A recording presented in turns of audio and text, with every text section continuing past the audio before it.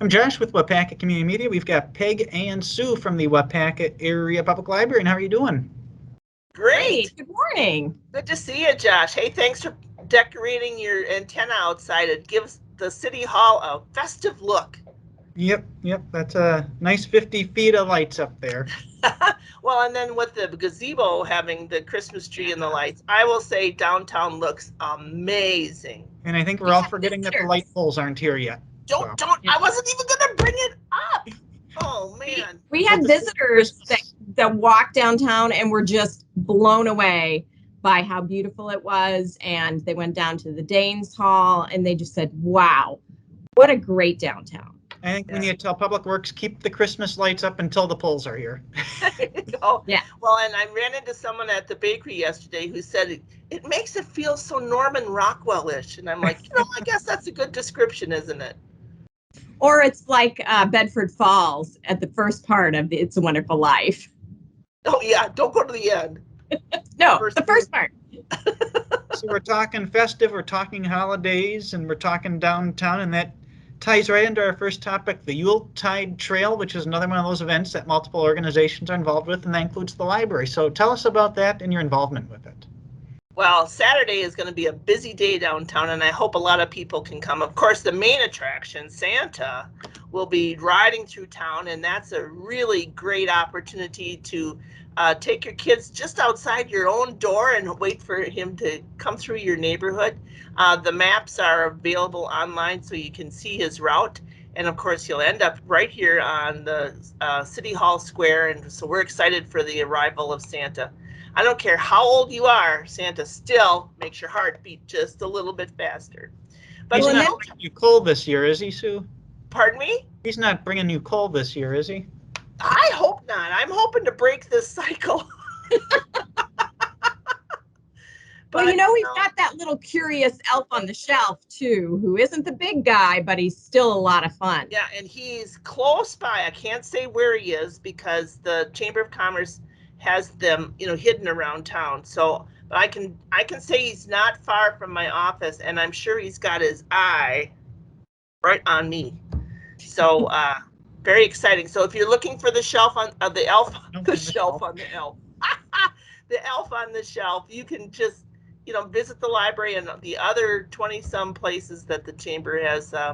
It's a fun activity, and we'll stamp your paper when you find them, and we'll have fun. But Saturday, our teens will be out front giving away hot chocolate for a donation, so that's really good. They've got a lot of great projects they're working on, and they could appreciate your donation. And who doesn't need a hot chocolate when you're walking around outside in December, right?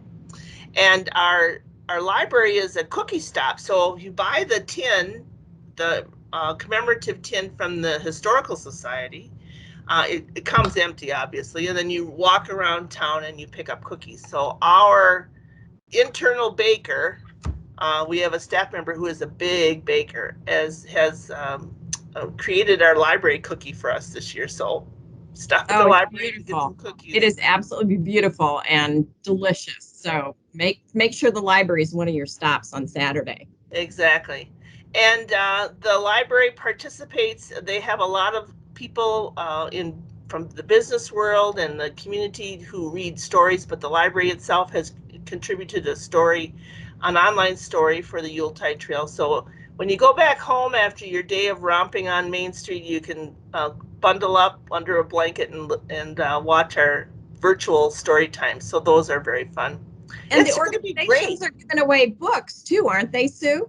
Yeah, some places like Farmer State Bank and Uptown or Hometown Pharmacy, and then there may be other places, but check out their website, and there's a link to it right off of our library webpage, because there's lots of fun going outside. And there's going to be like the school district's 4K kids are their teachers are going to have an activity for the really young ones. The 3 little kittens have lost their mittens, and you've got to help them find them downtown. So I'm just saying, I'm excited about Saturday. I'm excited to be a part of it.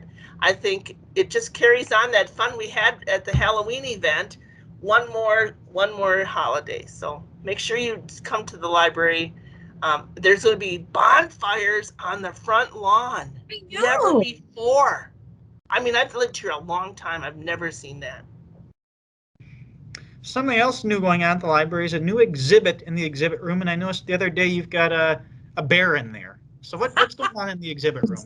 Everybody notices the bear. It's not very big, though. No. No, Missy Middle is a local author who's also an illustrator. And so the exhibit really is all about her art, but she also has a set of flashcards that identify tracks of animals, of local animals. So that's part of the whole taxidermy piece, is that you can see the track and then you can see the animal itself. So it is a great photo opportunity, though, to come down and have your family picture with the bear. Christmas card. Think Christmas card. The Yeah. 2 times I've seen a bear in real life out in nature, I have not had an opportunity to get a picture of it or with it. So I might have to go get that. You're probably running too fast away from it to stop and take a picture. Hey, famous last words. Hey, watch this. Then, then it's too late. Yeah. Missy is a local person. She is just such a delightful person, and she's always been interested in art. But when she had her kids, she started deciding she was going to stop just dabbling and she was going to start doing. And she does her art all online. So she's a digital artist, which is for some of us a new concept. It's whimsical. It's cute, it's colorful, it's very attractive to young people, and she's really careful about making sure that her whimsical digital art is correct representation of the real life animals. So we have her books on display. We also have them for checkout at the library, and they're also giving away doodle pads so that people can come and start their own doodling projects, and maybe they'll turn into. What I like about Missy is she's still recognizes the need to hone her craft. So she's aligned herself with other authors and illustrators, and she's just learning. She's on a path of lifelong learning for sure. Well, and we've got the iPad down there where you can actually try out a little bit of digital illustration too. So go check that out, because that's really fun. Yeah. And then we've just given people 2 reasons to come in the library this Saturday for the Yuletide Trail to get their cookies. Actually, 3 reasons: to find the elf on the shelf, and to visit the exhibit room. And I know you want to update the community where you're at with COVID procedures.